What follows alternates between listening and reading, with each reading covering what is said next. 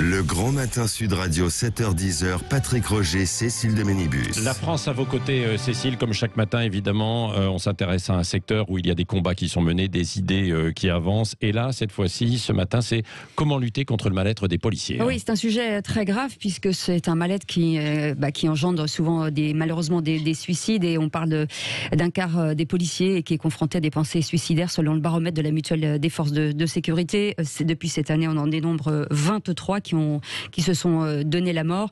L'année la plus violente, en tout cas, c'est l'année 2019. 59 ont mis fin à leur jour. On va essayer d'en parler, de savoir ce qui est mis en place pour lutter justement contre ce mal-être dans la police. Avec nous, Tiffaine Pineau. Bonjour. Merci d'être avec nous. Vous êtes responsable du plan de mobilisation pour lutter contre ces suicides dans la police. Et avec nous aussi Christophe Girard. Bonjour. Bonjour. Vous êtes avec nous, vous êtes police à la BAC de Dijon et vous êtes vice-président de l'association PEPS, SOS Policiers en détresse. Tiffaine Pineau, vous êtes aussi sous-directrice de la prévention, de l'accompagnement et du soutien à la Direction Générale de la Police Nationale. Ces chiffres qui sont présentés aujourd'hui et qui dit qu'un quart des policiers aujourd'hui se trouvent en situation de mal-être, vous les confirmez ? Alors je les confirme, ce sont ceux qui sont dans le baromètre de la Mutuelle Générale de la Police. Toutefois, le chiffre parlait de policiers ayant eu des pensées pour eux-mêmes ou pour leurs proches. Donc ça conduit en fait à doubler le résultat. Il y a d'autres baromètres qui amènent un chiffre quasiment 2 fois moins important. On retombe dans les normes de la population française. Donc le chiffre existe, mais il est vraiment à nuancer compte tenu de la question qui a été posée. Alors, il y avait un plan qui avait été mis en place par Gérard Collomb à l'époque, qui a été remis en place par l'ancien ministre de l'Intérieur, Christophe Castaner. Aujourd'hui, on en est où ? Est-ce que ça avance ? Il y avait des tables rondes qui avaient été mises en place aussi. Est-ce que les choses avancent ? Bien sûr, je crois qu'il y a vraiment eu un coup d'accélérateur depuis 2018 sur la prévention du suicide. On est l'une des rares institutions déjà à recenser le nombre de suicides. Vous avez égrené un certain nombre de chiffres. Je voudrais dire que pour l'année 2020, c'était bien moindre, même si ça reste toujours trop. On était à 36 suicides en 2020, donc nettement moins qu'en 2019. Il y a énormément de choses qui ont été faites, heureusement. On ne prétend pas qu'on est parfait et surtout on s'appuie sur toutes les bonnes volontés. Donc je connais bien Monsieur Girard que je salue et on est partenaire dans cette lutte contre le suicide. On mène beaucoup d'actions de formation, on sensibilise au plus près du terrain, on fait des sensibilisations pour tous les policiers. On a aussi ce qu'on appelle des sentinelles, qui sont des policiers comme Monsieur Girard dans les services, à qui on a donné 2 jours de formation pour pouvoir être un capteur. Alerter. Repérer, alerter et surtout savoir trouver les mots pour accompagner les policiers vers toutes les ressources qu'on a dans notre institution. Christophe Girard, vous, je le disais, vous êtes vice-président de l'association PEPS SOS Policiers en détresse. Au regard de ces chiffres alarmants, vous avez décidé de créer avec vos collègues et de venir en aide justement à vos collègues, de créer cette association. Qu'est-ce que vous faites ? Quel est votre travail sur le terrain ? Alors concrètement, nous recevons à peu près 500 sollicitations par mois de collègues qui sont en souffrance. Nous les rassurons, nous les écoutons, nous les orientons vers des psychologues, du SSPO ou des psychologues privés. Et nous désacralisons en fait le fait d'aller voir un psychologue. Et nous sommes là aussi pour créer un lien de confiance et amorcer la parole. Ça veut dire qu'il est plus facile quand on est policier de parler à un policier que directement à un psychologue. Ça libère la parole un peu plus ? Oui, force est de constater que oui, c'est plus facile pour eux. D'autant plus que quand ils viennent vers nous, bien souvent, c'est pour une chose totalement anodine. On creuse un petit peu et en fait, on se rend compte que derrière, il y a une vraie demande, une vraie souffrance. Alors cette souffrance, elle vient forcément de quelque part. Elle vient de la dureté du métier, forcément, puisque en matière de psychologie, c'est-à-dire qu'à un moment donné, on arrête des gens en voiture et puis après, on voit un cadavre. Donc c'est assez lourd psychologiquement. Peut-être de la pénibilité au travail, peut-être du stress. Ça vient de quoi en fait ? Et c'est un mélange de tout. C'est ce que vous venez de dire. Policier, c'est évidemment un métier qui n'est pas anodin. La confrontation à la mort, la répétition d'événements traumatiques, le fait d'être confronté à la violence, l'image aussi qu'a en ce moment la police dans la population fait souffrir un certain nombre de policiers qui, pour la majeure partie, font très bien leur travail avec beaucoup de dévouement.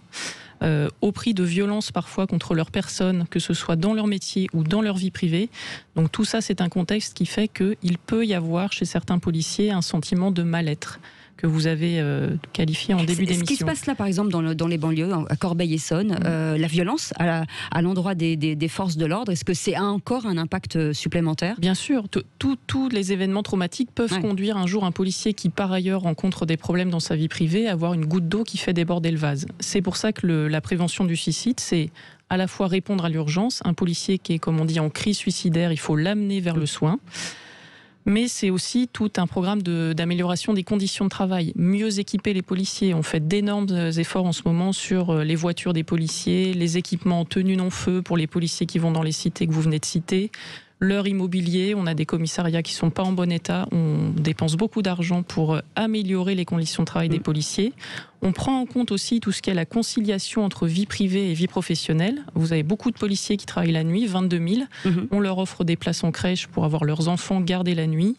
On trouve des logements pour les policiers qui viennent en région parisienne parce qu'il faut leur offrir des logements dans des endroits sûrs, qui ne soient pas démasqués et agressés à leur domicile. Est-ce que vous avez l'impression qu'on en fait assez ? Parce que c'est un sujet qui revient assez régulièrement, qui s'accélère aujourd'hui. Est-ce que par exemple, sur le plan de sécurité qui est mis en place aujourd'hui, est-ce que ça va assez loin ? Est-ce qu'il ne faut pas justement pousser le truc ? Parce qu'on a l'impression que les choses ne s'améliorent pas, vu de l'extérieur. Oui, on peut toujours faire mieux, je ne vais pas prétendre le contraire, mais moi je voudrais aussi souligner qu'il y a beaucoup de choses qui ont été faites. Vous disiez 2015 le premier plan, 2018 le deuxième plan de prévention du suicide.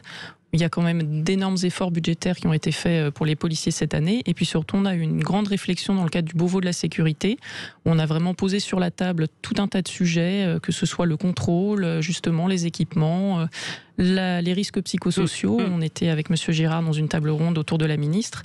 Donc il y a des réflexions et le Beauvau va se conclure bientôt avec de nouvelles améliorations pour les policiers. Christophe Girard, quels sont les profils finalement ? Est-ce que ce sont des gardiens de la paix ? Quelle tranche d'âge ? Est-ce que ce sont plutôt des jeunes, plutôt des policiers confirmés ? Alors ça touche tous les grades, de l'administratif au commissaire divisionnaire. Clairement, ça touche tout le monde. Au niveau des âges, c'est soit des policiers très jeunes, qui ont environ 5 ans de boutique, soit des plus anciens, qui ont 45, 50, 55 ans. Donc, en fait, on se rend compte que le principal souci, en fait, c'est le syndrome de stress post-traumatique. Soit on a été confronté jeune à un événement traumatique et on a du mal à s'en remettre, soit c'est l'accumulation de scènes traumatisantes qui n'ont pas été traitées.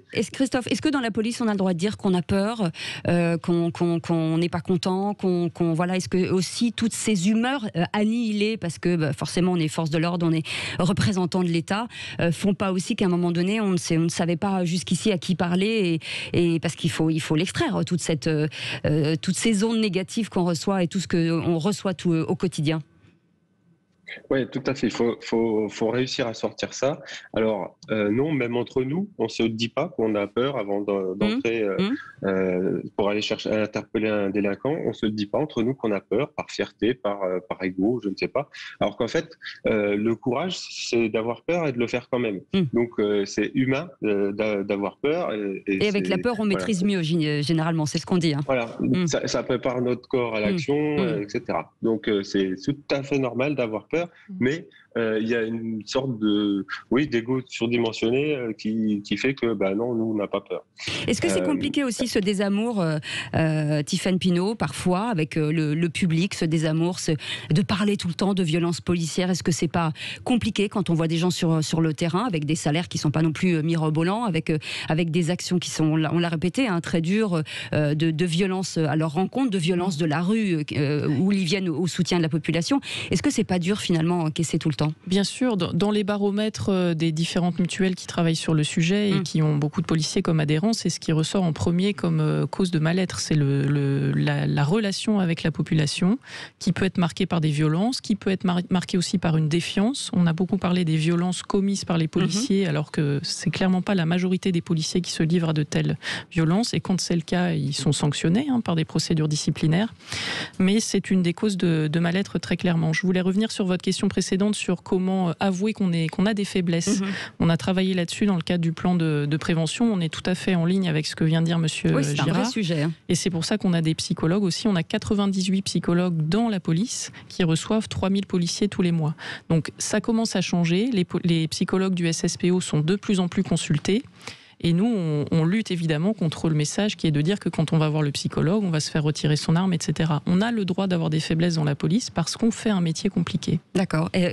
Christophe Girard, qu'est-ce que vous avez envie de dire aux gens qui nous écoutent justement sur ce problème de suicide et sur la relation avec le citoyen et la police ?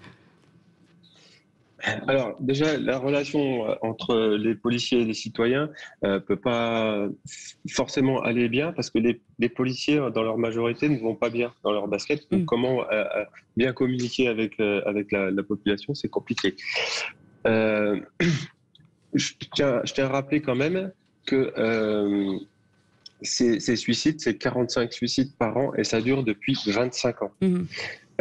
Donc il est important aujourd'hui qu'il y ait un point d'arrêt à ça et qu'on change des choses, qu'on mette des nouvelles choses en place. Parce que si on prend tout le temps le même chemin, on arrivera tout le temps au même endroit.